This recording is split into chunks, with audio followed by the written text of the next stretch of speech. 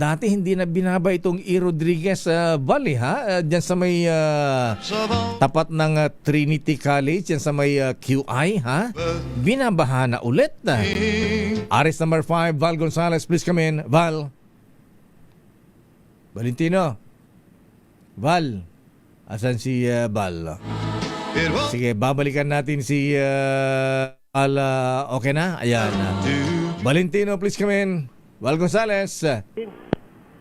Go ahead, Val. Mayor. Ayan. Mayor. Ayun, pumasok din. Makikita mo rito sa aking likuran, Mayor. Ito yung malaking pumping station ng Wala. pumping station ng MBA ito. Saan yan? Ngayon, ng pumping operation dito sa kanto ng G. Araneta, Mayor. Araneta at saka E. Rodriguez. Sa may De Los Santos Hospital, sa may in between QI.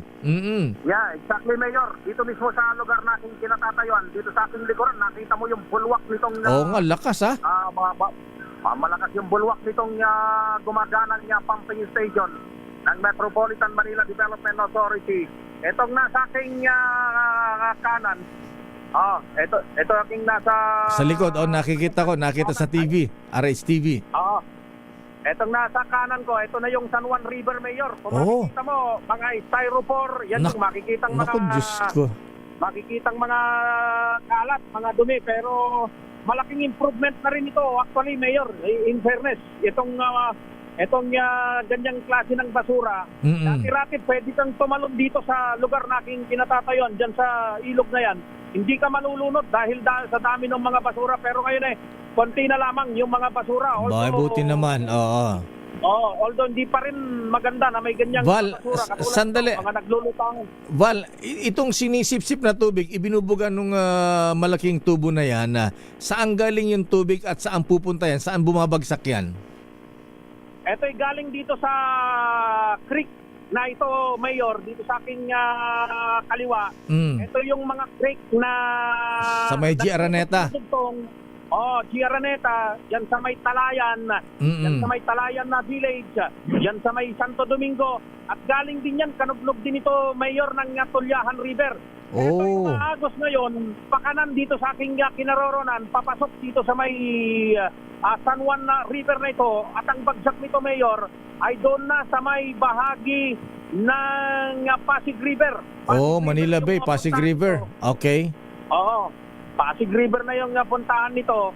At ngayon kanina pang alas 12 ng madaling araw, ay patigil-tigil yung ginagawang pumping operation ng mga tauhan ng Metropolitan Manila Development Authority at maging ng Engineering Department ng lungsod ng Quezon, ng Quezon City Local Government Units. Nakantabay dito sa lugar itong kanilang mga heavy equipment. Itong isang heavy equipment na yan, yung backhoe na yan.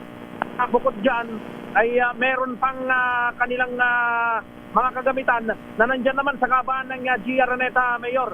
G. Araneta. So nagpapatuloy yung sinasagawang pumping operation na ito para matulungan yung mga clogged areas nitong iba't ibang mga creek dito sa Quezon City na mapalabas yung tubig ng mabilisan para hindi ito magbara at hindi magkaroon ng mga pagbaha doon sa mga mabababang lugar na malapit lamang dito, particular na yung mga binanggit mo, Mayor, dito sa G. Araneta, Barangay Tatalon, sa Talayan na Village, Santo Domingo, Maria Clara at iba pang mga lugar dito sa bahagi ng western part ng Quezon City na nasa pagitan ng lungsod ng Maynila at lungsod ng Quezon. Val, ito yung Yes, Mayor. bakit nga pala umapaw yung San Juan River kahapon? Kahapon ba no isang araw?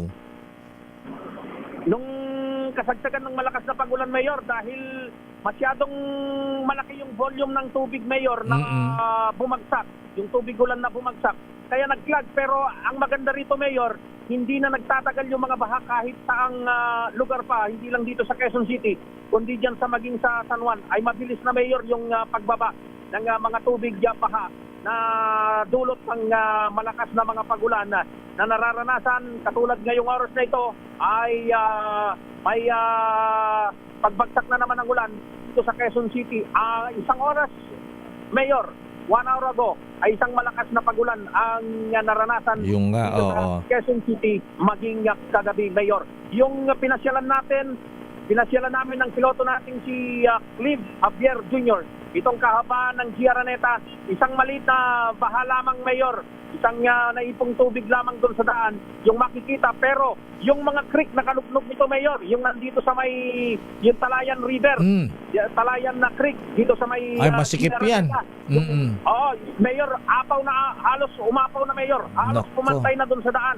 Kaya kapag hindi ginawa ng MMDA at ng Quezon City Engineering Department itong malawakang pumping operations at hindi gumana, itong mga pumping stations na ito, kagaya nito, Mayor, ay pihado na magkakaroon na naman ng malalim na pagbaha dito sa mga low-lying areas dito sa lungsod ng Quezon at maging sa iba pang lugar dito sa bahagi ng San Juan. Yan ang sitwasyon.